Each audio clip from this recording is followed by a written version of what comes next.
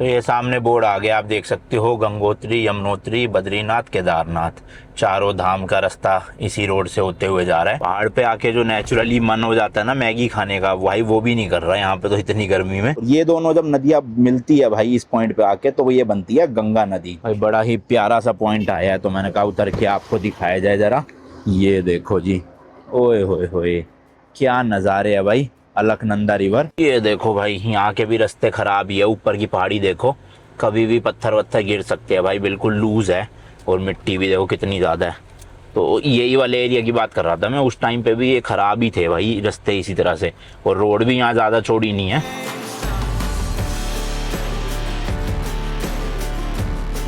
गाड़ी को भाई स्टार्ट कर दिया है, 2 मिनट के लिए निकलने का टाइम हो गया है। लगेज वगैरह सारा डाल दिया मैंने, ज़्यादा सूटकेस है नहीं, कम ही है क्योंकि 6-7 दिन की ट्रिप है।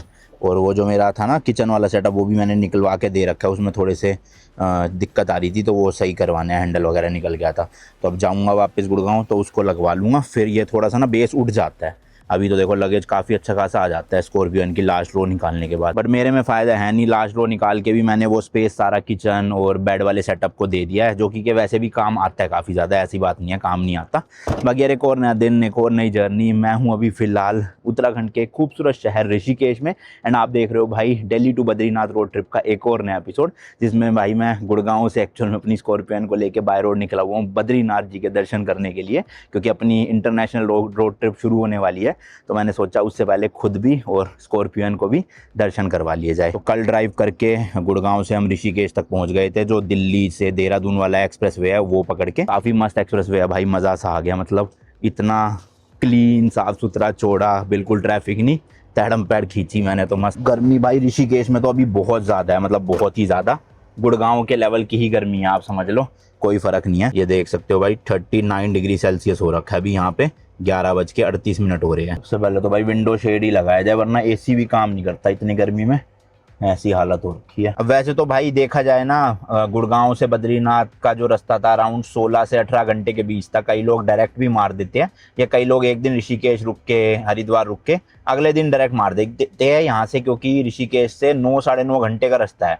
बट हमारा क्या सीन था ना भाई, बीच की काफ़ी सारी प्लेसेस दिखानी है हमें, खुद भी एक्सपीरियंस लेना, और ऐसा सच कोई जल्दीबाजी नहीं है, क्योंकि बद्रीनाथ जी के जो कपाट है वो 23 अप्रैल को खुलने वाले हैं, और हम 2 दिन पहले ही निकल चुके हैं। मतलब आज 22 तारीख है, तो आज पहुंच के या कल पहुंच के, मतलब जो कल बीत गया, कल वहां पहुंच के कोई फ़ायदा था नहीं, क्योंकि वहां पे जब दर्शन ही नहीं हो पाते, गेट्स तो कल खुलने वाले हैं ना। इसलिए आज भी ये प्लान है कि यहाँ ऋषिकेश से 9 घंटे की ड्राइव मैं एक दिन में ना करूँ, बीच में कोई ना कोई एक ऐसी सिटी देख लूँ जो यहाँ से मतलब सेंटर पॉइंट हो। या तो श्रीनगर करके एक सिटी आएगी, या फिर इसके अलावा रुद्रप्रयाग आएगी, और जोशीमठ तो खैर बिल्कुल बहुत दूर हो जाएगी यहाँ से, 6-7 घंटे। तो देखते श्रीनगर या रुद्रप्रयाग में से कहीं एक रुकने का आज प्लान बनाएंगे, और अच्छे रास्ते दिखे, मन करा तो भाई हो सकता है डायरेक्ट भी खींच दे, कुछ भरोसा नहीं है। तो फिलहाल के लिए अभी निकलते हैं भाई ऋषिकेश में। ये भाई एयरबीएनबी लिया था हमने, कल वाली वीडियो में टूर ले लेना। और गर्मी भाई यहाँ पे तो हो रही है, लेकिन अब 2-2.5 घंटे बाद टेम्परेचर थोड़ा ठंडा होना शुरू हो जाएगा, और बद्रीनाथ में तो शायद से ठंड भी होगी, जिसकी वजह से हमने जैकेटें रख ली है। अभी देखो बद्रीनाथ का जो रास्ता है वो है 302 किलोमीटर, 8 घंटे 50 मिनट दिखा रहा है। और यहाँ से जो श्रीनगर करके जगह है वो है अराउंड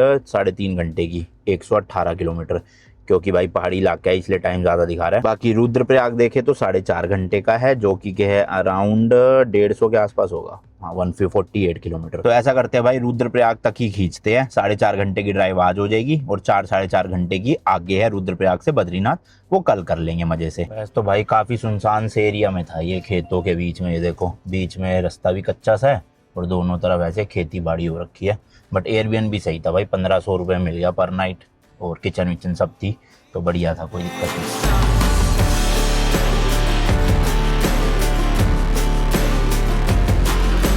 तो ये सामने बोर्ड आ गया, आप देख सकते हो गंगोत्री, यमुनोत्री, बद्रीनाथ, केदारनाथ, चारों धाम का रास्ता इसी रोड से होते हुए जा रहा है। ऋषिकेश भाई अभी इस वक्त हम एक्सप्लोर नहीं कर रहे, वापसी के टाइम पे करेंगे। अभी तो सीधा यही है एम की बद्रीनाथ पहुंचते हैं पहले, और फिर वापसी में पड़ेगा तो रास्ता यही ऋषिकेश से होते हुए। तो नीलकंठ महादेव जी का जो टेम्पल है वहाँ पर भी जाना है एक बार वापसी में ऋषिकेश। तो एक रात फिर से रुकेंगे ऋषिकेश में, और फिर उससे अगले दिन अपना घर की तरफ खींचेंगे गाड़ी। रास्ते में भाई छोले कुलचे मिल गए, और साथ में बिरयानी मिल गई। रोड ट्रिप पे तो यही सब मिल जाए, मज़ा आ जाता है खा के, मतलब इंडिया में तो मिल जाता है, और सामने गन्ने का जूस बन रहा है अपना, वो रहा। अगर भाई इंटरनेशनल रोड ट्रिप पे भी ये गन्ने का जूस रास्ते में, कुलचे छोले, वेज बिरयानी ये सब मिलने लग जाए तो कितनी मतलब ऐसे सेटिस्फाइड सी हो जाए अपनी ट्रिप, शांति भरी। क्योंकि खाना मिलता रहे तो सही रहता है, बट वहाँ तो कुछ भी नहीं मिलता, वेज ही नहीं मिलता, सब कुछ नॉन वेज ही मिलता है।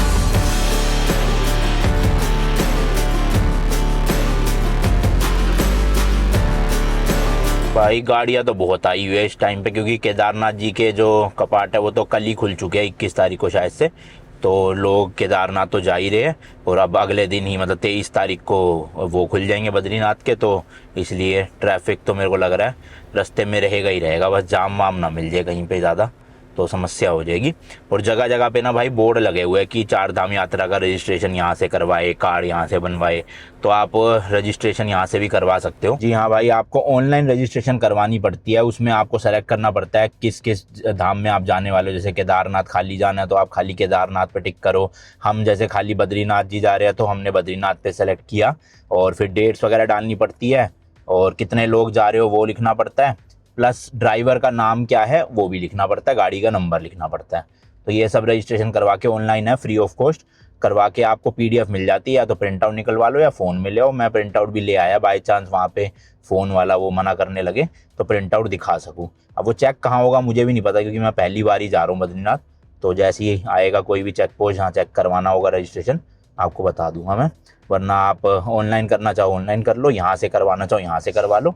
ये जो दुकान वाले ये शायद से आपसे 50-100 रुपये चार्ज करेंगे करने के, खुद कर लोगे ऑनलाइन तो ज़्यादा मुश्किल है नहीं। 4 धाम यात्रा करके एक वेबसाइट है शायद, वहाँ से कर सकते हो। भाई ये चौराया आ गया, लेफ्ट जाके उत्तरकाशी और गंगोत्री है, और राइट साइड में श्रीनगर बद्रीनाथ जी। 292 किलोमीटर दिखा रहे हैं यहाँ से, तो राइट ले लेते हैं भाई। चलो जी, यहाँ पे भी पुलिस के चेक पोस्ट बने हुए हैं कई जगह, बट एज सच वैसे कोई रुकवा नहीं रहे वो रजिस्ट्रेशन के लिए।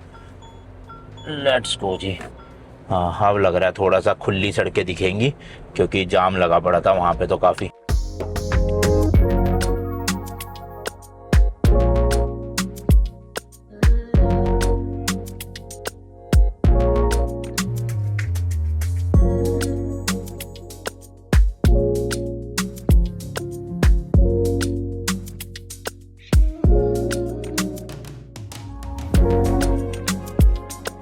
आपको पता ही होगा भाई ऋषिकेश में राफ्टिंग बहुत होती है। देखो इस तरह से बोट्स को ले जाया जाता है, जहाँ पे राफ्टिंग पॉइंट होता है वहाँ तक, टम्पू के ऊपर लांद के। और टेम्परेचर देखोगे भाई काफ़ी ज़्यादा हो गया, 42। अभी बीच में तो 43 भी दिखा रहा था एक जगह, तो काफ़ी टेम्परेचर है। यहाँ 42-43 है, तो मुझे लग रहा है गुड़गांव में भी आज बड़ा होगा काफ़ी।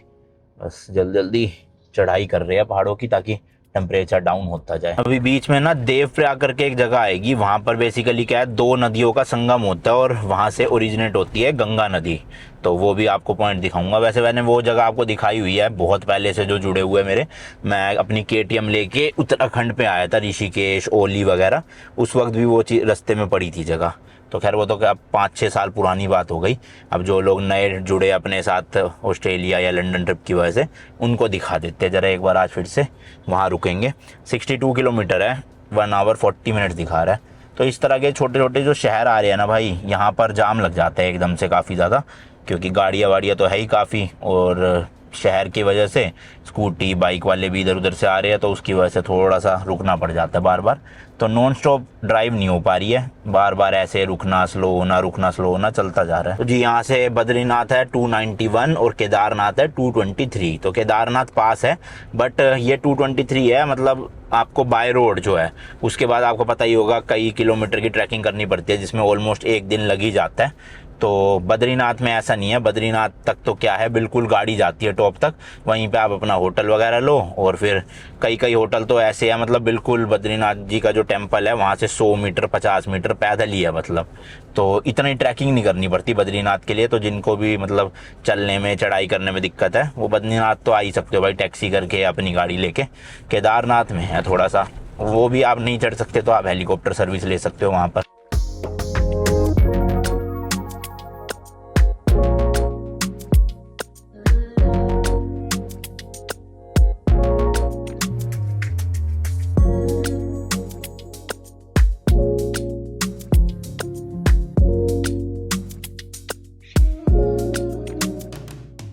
तो भाई भाई प्रॉपर अब पहाड़ी रास्ते शुरू हो चुके हैं और चढ़ाई शुरू हो चुकी है। जैसे कि मैंने बताया था ऋषिकेश तक तो भाई बिल्कुल मतलब प्लेन हाईवेज ही है, अब पहाड़ ज़्यादा बचे ही नहीं है। ऋषिकेश के बाद से ही सारे रास्ते ऐसे शुरू होते हैं, मोड़ आने लग जाते हैं, चढ़ाई चढ़ने लग जाती है, ऑल्टीट्यूड गेन होने लग जाता है। ऋषिकेश का मेरे ख्याल ऑल्टीट्यूड 300 मीटर है, मतलब लगभग कितना 900 फुट के आसपास हो गया। और बद्रीनाथ है जी सीधा 10,000 फुट पे।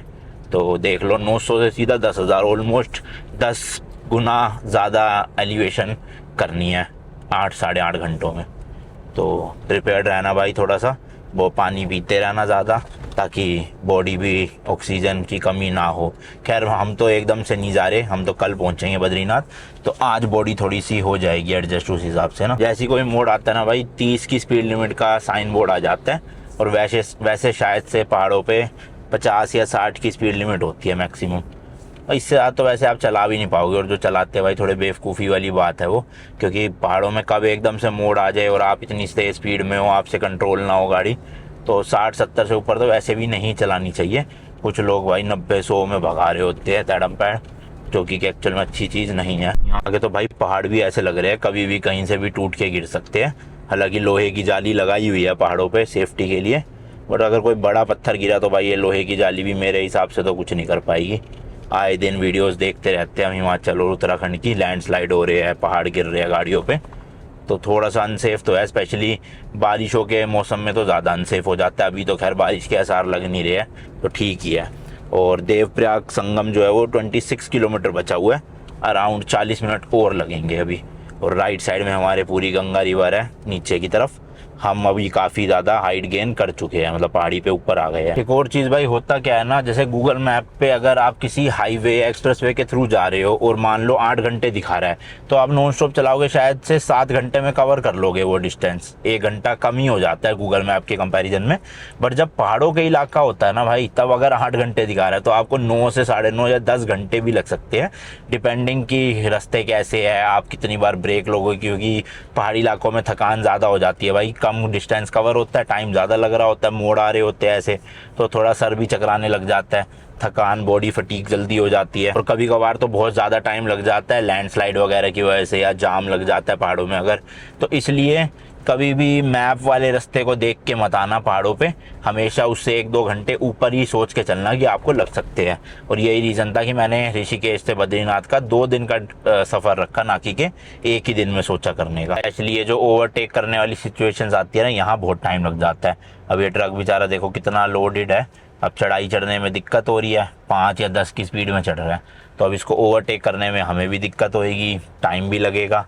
तो इसी रीज़न की वजह से टाइम एक्स्ट्रा ही लगता है हमेशा गूगल मैप के अकॉर्डिंग, जितना भी आप देखोगे। बाकी फ्यूल स्टेशन वगैरह तो अभी तक भाई आ रहे हैं कुछ टाइम में, मतलब दिखते ही रहते हैं, कोई दिक्कत लग नहीं रही है सच फ्यूल की। और बीच बीच में कुछ छोटे शहर आते हैं, गाँव आते हैं, वहाँ पे होटल्स होम स्टेज भी है, बट वही है बस। अरे भैया लंगूर है ये तो, हाँ लंगूर था भाई। हाँ तो मैं कह रहा था वॉशरूम्स वगैरह, पब्लिक वॉशरूम मुझे नहीं इतने ज़्यादा दिखे, बस किसी रेस्टोरेंट में होटल में होंगे तो आप वो यूज़ कर सकते हो, बट वैसे पहाड़ों पे पब्लिक मतलब वॉशरूम मिलना थोड़ा मुश्किल ही रहता है। पानी लेते हैं, प्यास लग रही है बड़ी, चिल्ड पानी मिल जाएगा। गर्मी भाई कम होने का नाम ही नहीं ले रही, 42 से 38 डिग्री हुआ अभी तक, धूप भी पूरी है।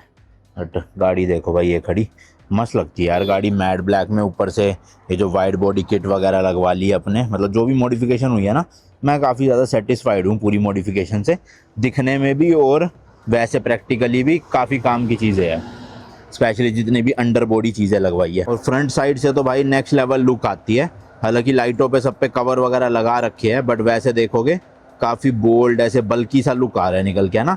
और स्पेशली जब से टायर में स्पेसर लगवाया 35 mm, तो ना तो गाड़ी के बाहर जा रहे हैं टायर, ना अंदर दब रहे हैं, पूरी वाइड बॉडी के लेवल के है, एक नंबर। चलो 15-20 मिनट का रास्ता रह गया, खींच के फटाफट से अब वहीं रोकूंगा सीधा। पहाड़ पे आके जो नेचुरली मन हो जाता है ना मैगी खाने का, भाई वो भी नहीं कर रहा है यहाँ पे तो, इतनी गर्मी में कि कहीं रुकेंगे गर्मी में खड़े होंगे तो पसीने पसीने वैसे ही छूट जा रहे हैं।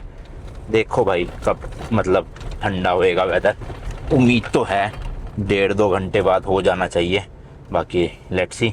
नज़ारे तो बदल गए हैं पूरे प्रॉपर, मतलब दूर दूर तक पहाड़ी पहाड़ दिख रहे हैं।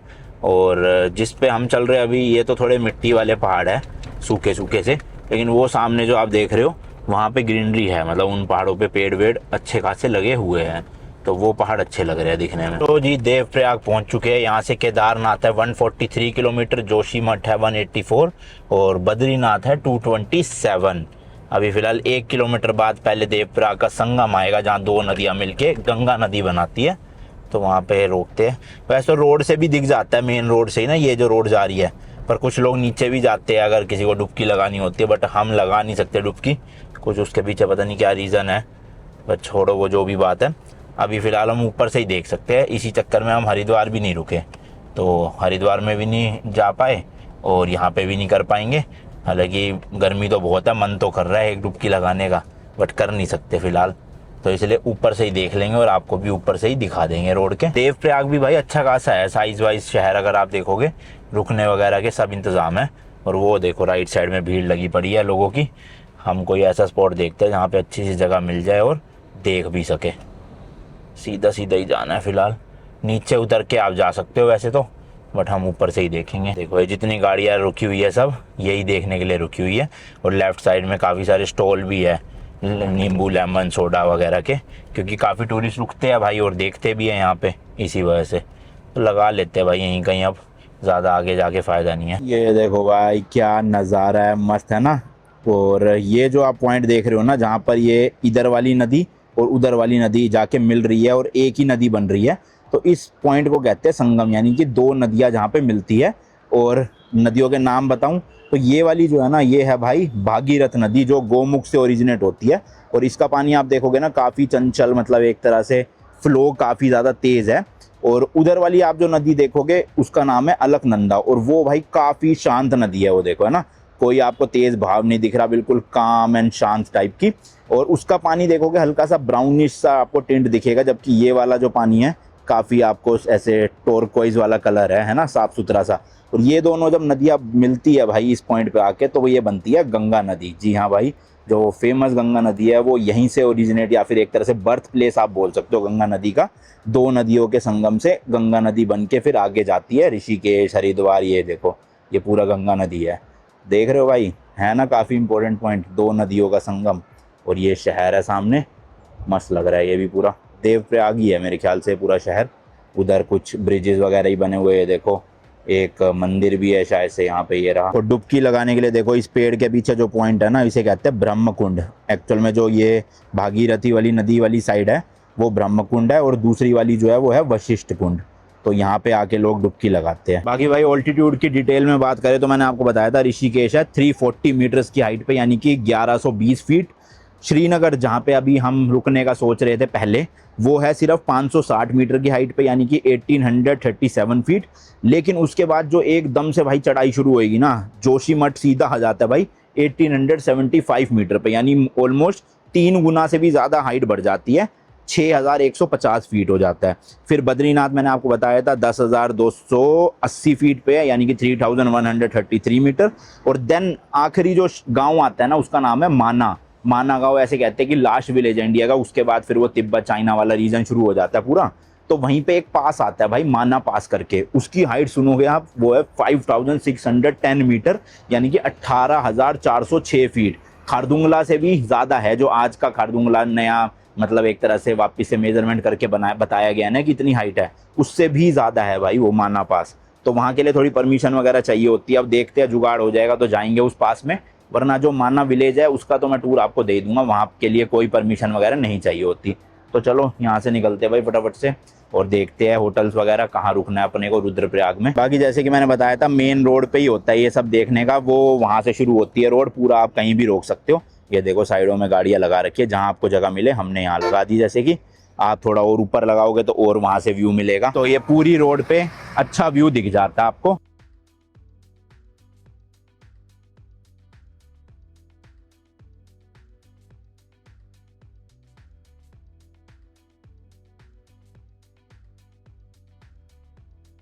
गर्मी तो भाई खत्म ही नहीं हो रही। कितनी आगे तक है गर्मी और भैया? अभी तो बहुत है सर, शुरुआत ही हो रही है तो। अच्छा जी, जोशीमठ में तो सही होगा थोड़ा।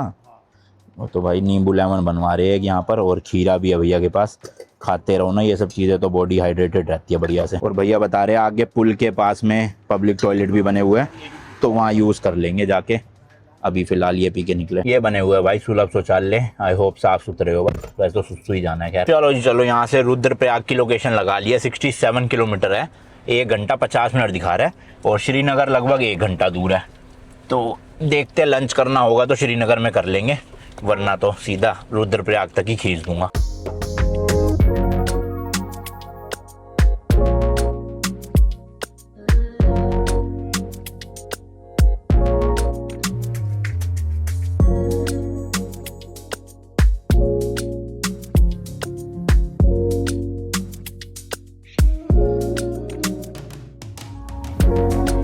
तो लो जी लो, श्रीनगर सिटी शुरू होने वाली है। वेलकम टू श्रीनगर लिखा आ गया यहाँ से। और ये भाई वो वाला श्रीनगर नहीं है, ये उत्तराखंड वाला श्रीनगर है। और यहाँ से देखोगे तो अभी 37 किलोमीटर और बचा है रुद्रप्रयाग, 1 घंटे का रास्ता।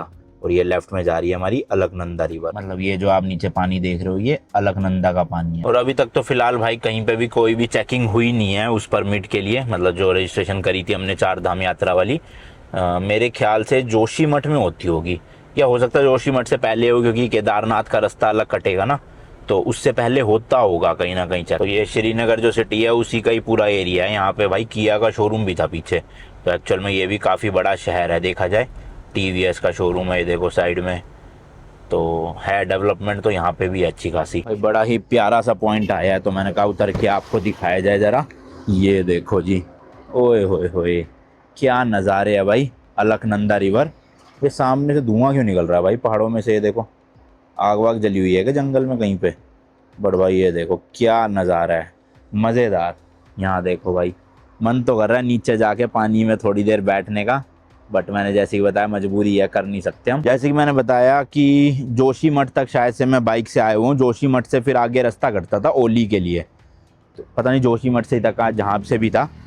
बट भाई धूप भी बहुत तेज़ है और गर्मी भी कम नहीं हो रही। 39 डिग्री अभी तक है, 4:15 बज रहे हैं शाम के। ओहो गर्मी। मन तो ये कर रहा है भाई नीचे ले जाके स्कॉर्पियन को ऐसी किसी जगह पे ऑफ रोडिंग करे। हिमाचल में हमने करी थी, चंबा के आसपास एक जगह पे ना खड्ड जो बने होते हैं, वहाँ काफ़ी लोग लेकर जा रहे थे गाड़ी, तो हमने भी अपनी थार को डाली थी। बट यहाँ देखना है ना मज़ेदार जगह, ओए होए। हालांकि लग रहा है ये पानी गहरा नहीं है, लेकिन गाड़ी उतारूंगा तो फंसने के पूरे चांसेस है, इतना तो गहरा हो गई। थोड़ा सा आगे चल के कोई रेस्टोरेंट या ढाबा देखते हैं भाई खाने का, शायद वो दिख रहा है ओयो, उसके आसपास कहीं पे होगा रेस्टोरेंट, खाना खाएंगे और भाई होटल बुक करेंगे रुद्रप्रयाग के लिए, और फिर सीधा जाके चेक इन मार लेंगे। तो जी ये मेन सिटी अब शुरू हुई है, यहाँ पे आप देख सकते हो पेट्रोल पंप भी निकला है एक पीछे, बट अभी फिलहाल डीजल की जरूरत है नहीं, क्योंकि कल देहरादून में ही भरवाया था। तो आराम से बद्रीनाथ तक तो हम पहुंच ही जाएंगे। मेरे को लग रहा है वापस भी आ जाएंगे ऋषिकेश तक हम इतने में ही, पर फिर भी मैं बद्रीनाथ जाके भरवा ही लूँगा एक बार, रिस्क क्यों लेना बेकार का। सब कोई रेस्टोरेंट अच्छा सा मिल जाए और पेट भर के खाना खा ले हम बस। ये देखो बोर्ड लगा हुआ है, Badrinath 193 kilometre and Kedarnath 125 kilometre बचा है। तो केदारनाथ के लिए तो लेफ्ट रास्ता कटेगा आगे जाके कहीं से ना, बट बद्रीनाथ के लिए चलते जाना है इसी मेन रोड पे। यहीं पे मिल गया भाई ये रेस्टोरेंट, तो मेन रोड पे ही है। गाड़ी पार्क कर दी वहाँ पे सामने, और चलो खाते हैं कुछ। वेलकम जी। और यहाँ पे ले लिया आलू परांठा, तंदूर वाले आलू परांठा है, साथ में दही प्याज और चटनी और चावल और एक सब्जी मंगवा ली है रोटी के साथ। चलो जी भाई खाना खा लिया, प्राइसेस भी काफ़ी कम थे और टेस्ट भी एक नंबर का था। ये यहाँ पे था भाई होटल, वो देखो नमस्ते श्रीनगर के नाम से, मेन रोड पर ही। भाई होटल बुक कर लिया, 39 किलोमीटर है यहाँ से, 1 घंटा 13 मिनट है। एक्चुअल में रुद्रप्रयाग से 4 किलोमीटर बाहर है थोड़ा सा, बट अच्छा रेट मिल गया। रुद्रप्रयाग के अंदर तो 3,500-4 हज़ार से ऊपर के ही मिल रहे थे। ये वाला होटल अपने को 2500 का पड़ा है, और रूम भी अच्छा है, एसी वाला रूम है। मतलब भाई हद ही हो गई, 5:30 बज चुकी है शाम के और अभी भी 39 डिग्री। क्या है भाई, गर्मी क्यों ख़त्म नहीं होके दे रही। ये है जी मेन श्रीनगर सिटी। यहाँ पे आपको दिखेगी प्रॉपर चहल पहल, मतलब काफ़ी सारे होटल्स रेस्टोरेंट्स, और वैसे भी काफ़ी मतलब भीड़ भड़का है इस वाले एरिया में। तो अच्छा खासा बड़ा शहर है ये भी ना। अगर तो आप डायरेक्ट दिल्ली से खींचना चाहते हो तो आप सीधा श्रीनगर तक भी खींच सकते हो एक दिन में, और यहाँ आके स्टे कर सकते हो, क्योंकि दिल्ली से श्रीनगर मेरे ख्याल आने में आपको मैक्स टू मैक्स 6 से 7 घंटे लगेंगे, ज़्यादा से ज़्यादा 8 घंटे मान लो। तो इतना तो आप कर सकते हो। हमने वो तो ऋषिकेश ऐड कर लिया बीच में, वरना ना करते तो श्रीनगर तक आया जा सकता है आराम से।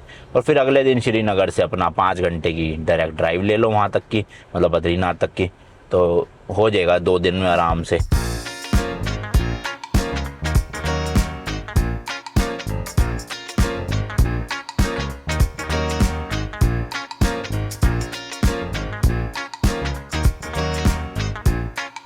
भाई ये नज़ारा दिखा, रोकने मतलब गाड़ी रोकने से खुद को रोक नहीं पाए।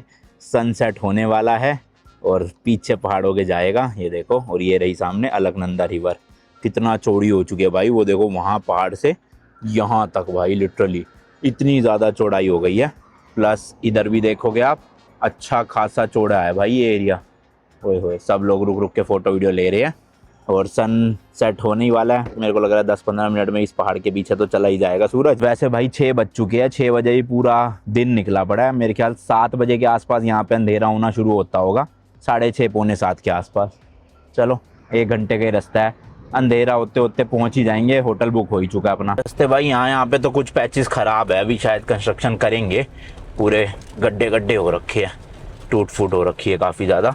पर ये है कि मशीन्स देखो खड़ी है, मेरे ख्याल तो कंस्ट्रक्शन का काम चल ही रहा होगा। मैं भाई जब बाइक से आया था ना, 2020 की बात है, 20 या 21 की, उस टाइम के यहाँ के रास्ते काफ़ी ख़राब हो रखे थे, टूट फूट हो रखी थी, लैंडस्लाइड भी ताज़ी ताज़ी हो रखी थी उस टाइम। और मेरी पहली ही बाइक राइड थी, बड़ी हालत ख़राब हुई थी, अकेले सोलो आया था मैं बाइक से। बट अब भाई इतना ट्रैवल करने के बाद थोड़ा ऐसे डर सा ना ख़त्म हो गया जगहों को लेके, क्योंकि आउट ऑफ इंडिया ट्रैवल कर लिया इतनी जगह बाय रोड, तो इंडिया में तो खैर डरने की बात ही नहीं है। हर चीज़ का सोल्यूशन मिल ही जाता है इंडिया में। जानकार भी आसपास कोई ना कोई शहर में होते हैं, अपने सब्सक्राइबर भी होंगे। गाड़ी ख़राब होती है तो उस केस में महिंद्रा भी अवेलेबल है। तो ज़्यादा खतरा तो फील होता है बाहर के देशों में, जहाँ पे महिंद्रा अवेलेबल नहीं है कि गाड़ी को कुछ हो गया तो कैसे करेंगे, क्या करेंगे, फिर रिश्तेदार नहीं रहते कोई भी वहाँ। बट अब जब वहाँ पे ही घूम घूम के आदत हो गई है, तो इसलिए इंडिया में ट्रैवलिंग का इतना दिक्कत होती नहीं है। ये ज़्यादा ही लोग रुके पड़े हैं यहाँ पे, कुछ है क्या यहाँ पे? मेरे ख्याल से व्यू होगा यहाँ पे नीचे का ना, इसलिए लोग रुक रुक के। बसेस वगैरह भी रुकी हुई थी। अच्छा मंदिर है कोई तो, धारी देवी टेम्पल। ओके, तो होगी मान्यता यहाँ की। ये देखो भाई यहाँ के भी रास्ते ख़राब ही है, ऊपर की पहाड़ी देखो, कभी भी पत्थर वत्थर गिर सकते हैं भाई, बिल्कुल लूज़ है। और मिट्टी भी देखो कितनी ज़्यादा है। तो यही वाले एरिया की बात कर रहा था मैं, उस टाइम पे भी ये ख़राब ही थे भाई रास्ते इसी तरह से। और रोड भी यहाँ ज़्यादा चौड़ी नहीं है, मतलब 2 ही गाड़ी निकलने का स्पेस है प्रॉपर, उसके अलावा नहीं निकल सकती। तो पीछे की रोड्स काफ़ी चौड़ी थी इनके कंपैरिजन में। यहाँ की कच्ची भी है कुछ कुछ पैचेस, और वैसे भी इतने चौड़े नहीं है। अब आगे देखो सही है, बनी हुई है। तो जहाँ जहाँ लैंडस्लाइड होती है वहाँ वहाँ पे तो भाई क्या ही कर सकते हैं। देखो लिखा भी हुआ है यहाँ बोर्ड पे specially, landslide and rock fall zone, keep moving. रुकने का नहीं है यहाँ पे बिल्कुल भी, चलते जाओ बस।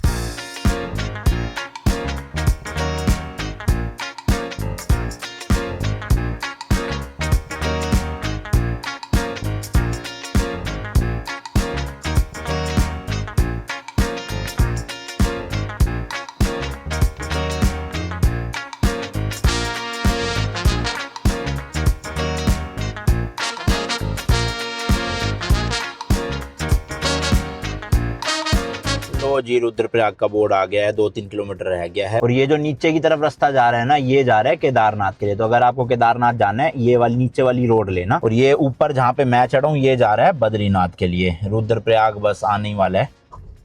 तो तेरी पत्थर थे, यहाँ से अराउंड 3 या 4 किलोमीटर है बस। तो जी लो, ये पूरा रुद्रप्रयाग सिटी शुरू हो गई है। और यहाँ तो भाई काफ़ी अच्छे अच्छे होटल्स भी है। ये स्टर्लिंग था पर वो है भी महंगा, 5-6 हज़ार रुपये का भाई। और भी है, देखो टाटा का शोरूम है ये रहा इधर, टाटा मोटर्स। तो रुद्रप्रयाग भी अच्छी खासी सिटी है, मेरे ख्याल से श्रीनगर से बड़ी है, कंफर्म नहीं हूँ बट शायद से। ये देखो लाइन से होटल है, होटल तुलसी, गोविंद होटल, इधर राइट साइड में भी है, 2-3 होटल आगे भी है। तो रुद्रप्रयाग मेन सिटी में भी रुक सकते हो आप। बट यहाँ पे एक तो इशू ये है कि हर होटल के बाहर पार्किंग नहीं है, पार्किंग है तो फुल चल रही है इस टाइम पे, क्योंकि जैसे कि मैंने बताया बद्रीनाथ के कपाट खुलने वाले हैं, तो बहुत टूरिस्ट आ रहा है इस टाइम पे, मतलब दिल्ली, हरियाणा, यूपी से। और जिनके पास पार्किंग भी है प्रॉपर, उनके 4-4, 5-5 हज़ार के कमरे आ रहे हैं। तो यहाँ से अराउंड 7 किलोमीटर, मतलब मेन सिटी से 7 किलोमीटर बाहर हमने होटल देखा है जो बुक कर दिया ऑलरेडी। वो क्या था, सस्ता भी था, 2500 रुपये में मिल गया। प्लस वहाँ पे पार्किंग का इशू नहीं है, क्योंकि थोड़ा सा सिटी से बाहर है ना, तो इतना भीड़ भड़क्का नहीं होगा वहाँ पे। और रेस्टोरेंट उनका अपना है ही, तो रात को डिनर भी वहीं कर लेंगे। कल सुबह सुबह तो फिर निकल ही जाना है आगे बद्रीनाथ के लिए। बाज़ार भी अच्छा खासा है भाई यहाँ पे, तो बढ़िया रुक सकते हो आप अगर मिल जाए सही बजट में होटल और पार्किंग भी मिल जाए। बाकी बस यहाँ से अब 4-5 किलोमीटर रह गया अपना होटल। लो जी लो, पहुँच गए हैं। और मुझे लगा था ये होटल सिटी से बाहर है तो आसपास ज़्यादा आबादी नहीं होगी, बट यहाँ भी अच्छा खासा बसा ही हुआ है भाई। अब ये छोटा सा गांव है, टाउन है, क्या है पता नहीं, बट बिल्कुल वो जो सामने इंडियन ऑयल का पेट्रोल पंप है उसी के साथ वाला होटल है वो रहा। तो सही है, आसपास चहल पहल है और रेस्टोरेंट भी मुझे एक दो यहाँ भी दिख रहे हैं, प्लस चीज़ वीज की भी दुकान है। अरे ये था नहीं, अगला है होटल अलकनंदा मोटेल, हाँ यही है। तो देखो भाई जस्ट बिल्कुल पेट्रोल पंप के साइड में ही है। चलो जी गाड़ी लगाते हैं, इनसे पूछ के पार्किंग किधर है। भैया बैठे तो इनसे कहा है मैंने, कहाँ लगाऊं? अच्छा ऐसे लगाए। चलो भाई गाड़ी लगा के चेक इन करे जरा। ये है भाई आज का अपना hotel Alaknanda motel and restaurant भी है जैसे कि मैंने बताया, और पार्किंग लग गई है यहीं पे गाड़ी की, लगेज निकाल लिया। चलो तो ये है जी रूम अपना, एसी वाला रूम है, वो पर्दे के पीछे एसी है। पहले मेरे को लगा एसी नहीं है, मैंने कहा भैया एसी वाला करवाया मैंने तो, क्योंकि यहाँ भाई गर्मी है। इधर एक सोफा दे रखा है, टेबल है, बाकी एक किंग साइज बेड है, यहाँ पे ड्रेसिंग टेबल, वार्डरोब छोटी सी है, टीवी है। बाकी इधर क्या है, बालकनी है या देखते हैं एक बार क्या चीज़ है भाई। बालकनी है, इस तरह का नज़ारा है, पेड़ पेड़, अंधेरा हो रहा है, बंद कर देते हैं वरना मच्छर घुसेंगे। बाकी जी ये बाथरूम है, साफ सुथरा सा नहाने का एरिया, और ये इधर भी है क्या, हाँ ये वॉश बेसिन। जैसे कि मैंने बताया टैक्स वैक्स मिला के अपने को 2500 रुपये का पड़ा है। वैसे नीचे जो इन्होंने रेट लिखे हुए थे वो थे 3500, बट अपने को सही मिल गया। चलो मेक माई ट्रिप से अब रेस्ट करते हैं, और इनका रेस्टोरेंट 11 साढ़े 11 तक खुला है, तो आराम से खाना खाएंगे, अभी तो भूख ही नहीं। लो भाई खाना आ गया, एक कढ़ाई पनीर, साथ में दाल तड़का, चावल और रोटी। तो यहाँ पे भाई तवा रोटी चलती है देखो। चलो बाकी इस वाले ब्लॉग के लिए इतना ही रखते हैं, कल बद्रीनाथ पहुंच जाएंगे, देखते हैं कल ही शाम को दर्शन हो पाए, अगर पॉसिबल कर लेंगे, वरना परसों सुबह का तो प्लान है ही। मिलता हूँ जी नेक्स्ट वीडियो में, till then good bye and as always तीखे रास्तों पे नहीं पड़ना फीका।